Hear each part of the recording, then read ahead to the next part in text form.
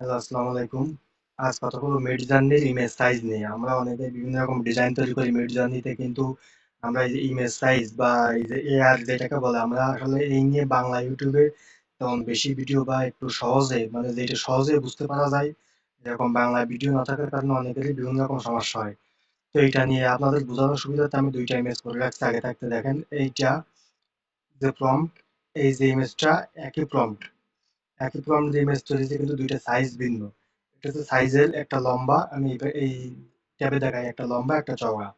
এটা হচ্ছে চওড়া ভাবে আছে, এটা হচ্ছে লম্বা লম্বি ভাবে আছে। তো এই টাকা নেই, একই প্রম্পট দিয়ে তৈরি করার পরেও দুইটা সাইজ ভিন্ন। আমরা যদি সাইজ বুঝতে না পারি তাহলে কিন্তু আমরা সবই এক সাইজে 1:1 1080 বাই 1080 বাই এই সাইজে তৈরি করলে হবে না। আমাদের যেমন এই যে ডিজাইন গুলো, এগুলো কিন্তু আমাদের লম্বা লম্বি ভাবে তৈরি করতে হয়। আবার অনেক ডিজাইন আছে এরকম চওড়া ভাবে তৈরি করতে হয়।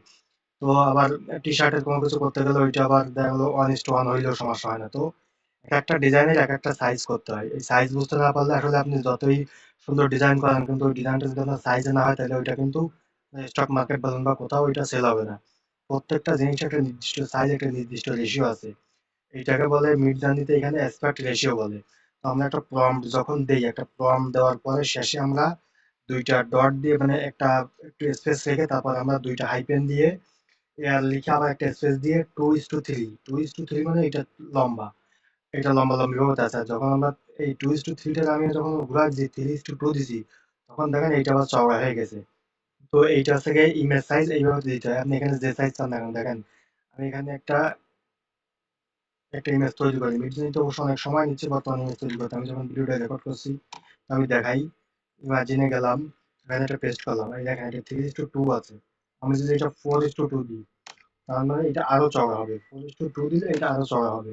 তো এটা তৈরি হতে সময় নেবে। তো আমি দেখে আসি যে এটা আসলে এই সাইজটা মিডজার্নি যে বিভিন্ন সাইজ, এই দেখেন মিডজার্নি ওয়েবসাইটে আমাদের দেখা দিছে। এই যে ওই ওয়েবসাইটটা আসবেন, আমি অবশ্যই এটা আমার ভিডিও ডেসক্রিপশনে দিয়ে দেবো। এটা এখানে দেখা দিছে এআর মানে অ্যাসপেক্ট রেশিও। এআর এই যে আমরা দুইটা হাইপেন দেওয়ার পরে একটা স্পেস দিয়ে আমরা এটাকে আসলে এইভাবে বিভিন্ন সাইজ দিয়ে এই যে এখানে এই যে দেখেন 1:1, এটা হচ্ছে 1080, 1000 বাই 1000, আর 1500 বাই 1500, 1:1 এটাকে যেভাবে তো বোঝায় আর কি।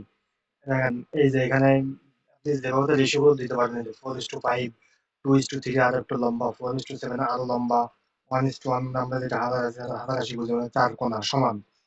তারপরে হচ্ছে 5:4 মানে এটা হচ্ছে চওড়া, 3:2 মানে আরো বেশি চওড়া, 7:4 মানে তার থেকে আরো বেশি চওড়া। তো এইভাবে তো আমরা ইমেজ রেশিও, আমরা এই লিঙ্কটা আমি আপনাদের দিয়ে দেবো, তাহলে আপনাদের বুঝতে সুবিধা হবে যে কিভাবে ইমেজ রেশিও সেট করবেন।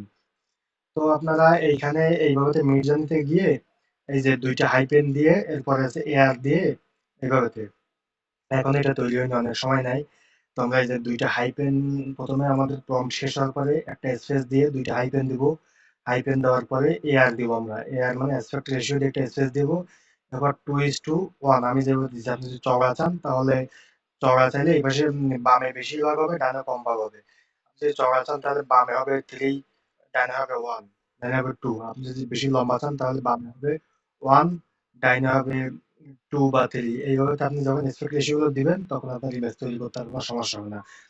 রেশিও কেন প্রয়োজন আমি এটা আগেও বলছি, যে এই ধরনের সাইজ আপনি চান ডিজাইনে, সব ডিজাইন কিন্তু আপনার এইভাবে তো চওড়া চলবে না। আপনি একটা টি শার্ট করেন, সেটা যদি এইভাবে তো আপনি চওড়া করে দেন, একটা টি শার্টের একটা ডিজাইন, তাহলে সেটা কখনো সুন্দর লাগবে না। আবার যদি এইভাবে লম্বা করে দেন তাহলে কিন্তু সুন্দর লাগবে না। এই ডিজাইন গুলো, এই যে এটা ডিজাইন, এটা লম্বা ভাবে তো চলে। তো এক একটা ডিজাইনে এক একটা সাইজ, আমাদের উচিত সেই সাইজ গুলো মেনটেন করে তারপর ডিজাইন করা।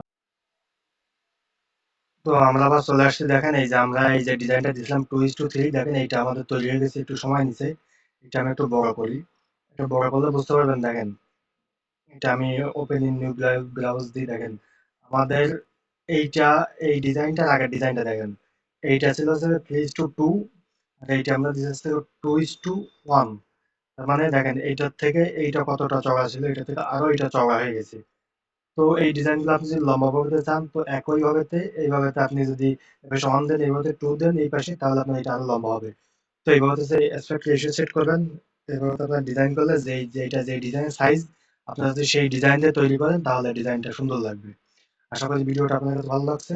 যদি ভালো লাগে থাকে লাইক, কমেন্ট, শেয়ার করবেন, চ্যানেলটা সাবস্ক্রাইব করে দেবেন। ভালো থাকবেন। আসসালামু আলাইকুম।